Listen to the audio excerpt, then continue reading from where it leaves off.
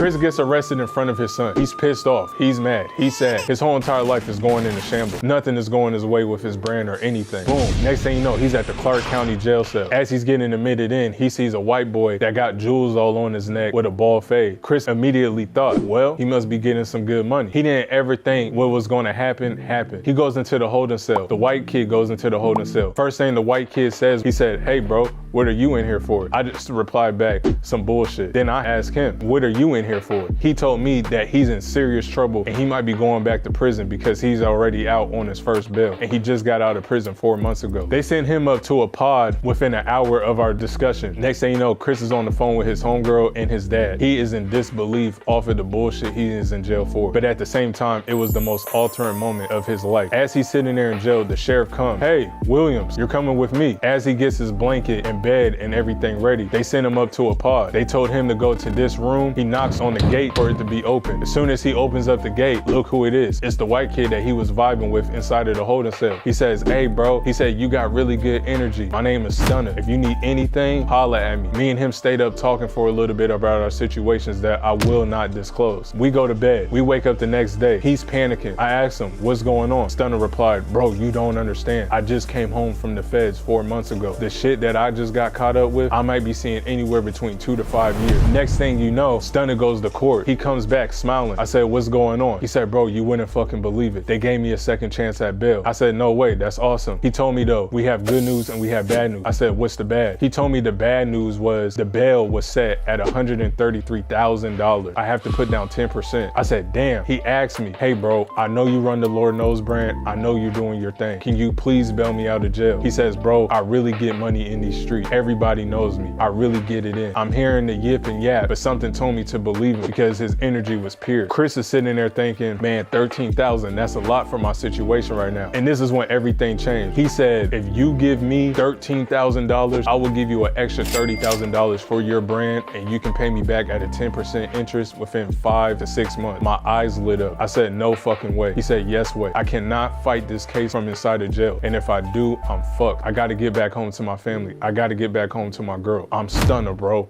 Stunner. I told him that I got him, but I told him if he messed up, he said, bro, don't even worry, with his eyes brighter than a deer light. He said, here's my mom's address, here's my girlfriend's phone number. If anything happens to me, bro, you can pull up to my parents' house, bro. Nothing will happen. I promise you. Next thing you know, the sheriff calls my name. Williams, fold up. I'm leaving. He's literally having his hand outside of the cell saying, Lord knows, come through for me, bro. Come through for me. As soon as I get out of the jail, I see my homegirl in her car waiting for me. She thinks we're about to move on with our life, but I had to tell her this crazy ass situation that just happened. I told her I just got arrested and I'm about to come up on $30,000 the next day. I called Stunner's girlfriend. She said, Chris, what's going on? Stunner already told me about you. You was his cellie, right? I said, correct. She told me to meet her at the Clark County bail bonds the next day. What do? I go to the bail bonds with my homegirl. Boom, paid right then and there. $13,000 cash. There's no turning back. I see this kid come in for Stunner as well. He put up his whole entire house as collateral for the rest of his bail. I pulled his friend off to the side because I don't know these people from Adam. And I asked his friend precisely, is your friend going to pay me back or is he going to pull some bullshit? He said, bro, my friend will pay you back.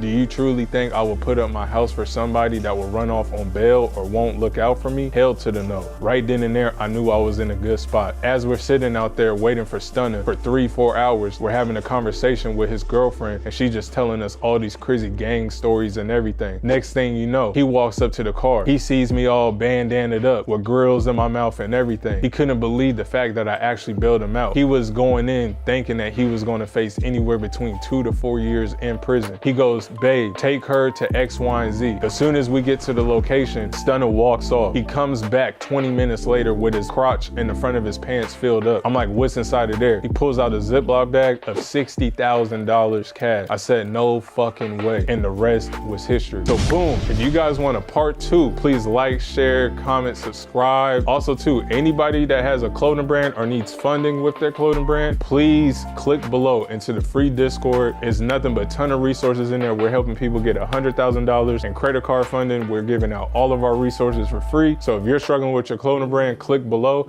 And if you guys want to hear anything about part 2, please comment below. I love you guys. I'm out.